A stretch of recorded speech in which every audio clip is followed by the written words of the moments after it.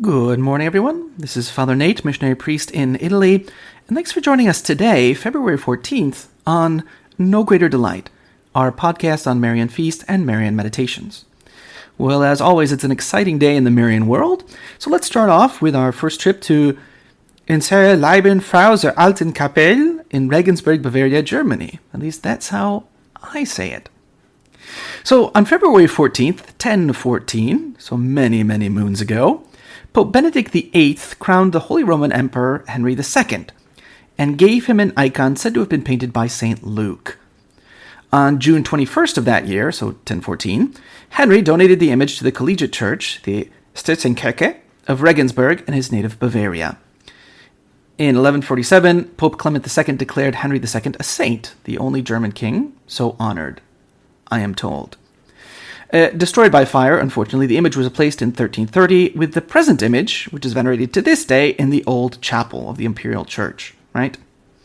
It's interesting because the Lady of the Old Chapel, which is what that German title means, if you pronounce it correctly, is an interesting image. It's like you have Our Lady you have the child Jesus pointing, but the child is on his mother's right side instead of on her left. Also, today, we're going to go down to Italy.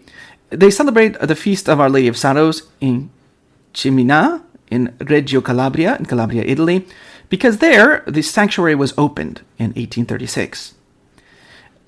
Jumping across the ocean, or swimming across the ocean, or whatever you do, they celebrate La Virgen de la Esperanza in Jacona, Michoacán, Mexico. Right, so Our Lady of the Virgin of Hope. This statue was crowned in 1886. They also celebrate, if we go over to Romania, Masau Domnului de Masterjesc in Moldova, Romania. This icon miraculously wept in 1854. And last but not least, they also celebrate Our Lady of Bourbourg in Flanders. I think it's the Abbot Orsini who says just that it was asserted that this image, having been struck by a wicked man in the year 1383, the sacrilegious wretch fell dead on the spot. Okay, yeah, don't strike images of Our Lady. That's just not a good idea. We found some further information about this, saying that it was between one of these wars, and the town was run by the French, but I guess the King of France and all the lords of his army, it says, with their attendants, entered Bourbourg on Thursday morning. The Bretons began to plunder it without accepting even the church of St. John, right? So in that church, a pillager stood upon an altar with the intent of forcing out a precious stone that was in the crown of an image of Our Lady. As he reached to steal the stone, the image suddenly turned about, and the pillager, in his fright, fell from the altar and was instantly struck dead.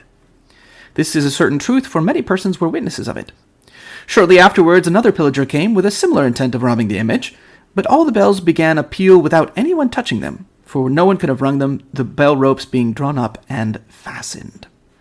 Okay, so moral of the story is, don't try to steal things from images of Our Lady. It's not a good idea. That's what we celebrate today in the Marian world on February 14th. For today's reading from The Imitation of Mary by Alexander de Rouville, we continue with Book 2, Life and Virtues of the Blessed Virgin Mary, from the birth of her divine Son Jesus to his death. And today we consider Chapter 23, How to Sanctify Our Daily Toil and Actions. And this is phrased, I guess in the broadest sense, as a conversation between Mary and the believer. The believer only gets one sentence, but it's a conversation. So we begin with Mary. My child, the duties of your state are much on your mind, yet in carrying them out you do not stop even for a moment to think of God. The believer. Virgin ever faithful and watchful, teach me how I, like you, can be united to God during my work and the fulfillment of the duties of my state. Mary. Manual work and even occupations that are more burdensome and irksome cannot distract a spiritual and interior man from union with God. A soul that is habitually recollected has a great facility in remembering God, even on occasions when the duties of his state would seem inevitably to cause some dissipation of attention.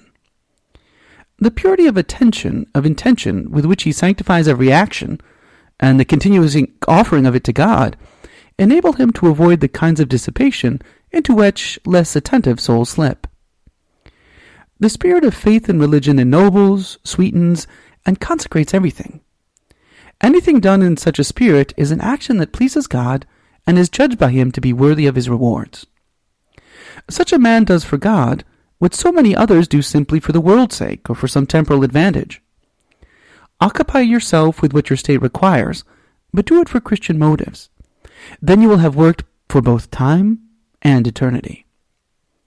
But if you set to work out of pleasure or whim, compulsion or habit, or any other purely human motive, and God is not the reason why you act, you will pass whole hours even without once turning your affections to him. Do not say that you cannot think of two things at the same time. A heart says to God in a moment what it really wants to say to him. I worked for Jesus, and I was not distracted from my work when I spoke to him. In the midst of your occupations, you speak of them to those who are near. Then speak of them to your God as well, for he is present to all you do. His conversation, unlike so many conversations of man, has nothing in it to displease or bore. You can taste his sweetness in any occupation whatsoever. You can become a great saint simply by doing ordinary things, but doing them in no ordinary way. Most men apply themselves to what they do only because they must. To do it because God commands, and to do it with the intention of pleasing him, is something they never think of. As for you, my child, when you work, tell him that you find your delight in doing his will, and that, even if your work were much more laborious, you would make no less of an effort to please him. Offer him your weariness in union with all that Jesus bore for your salvation. If your work turns out well, bless him who grants you success. If it does not succeed, accept the humiliation he allows, so that you may practice patience. If you bring God into all your actions, even those that seem smallest and most abject, they will be rendered sublime, to the point of winning a greater degree of glory for you in heaven.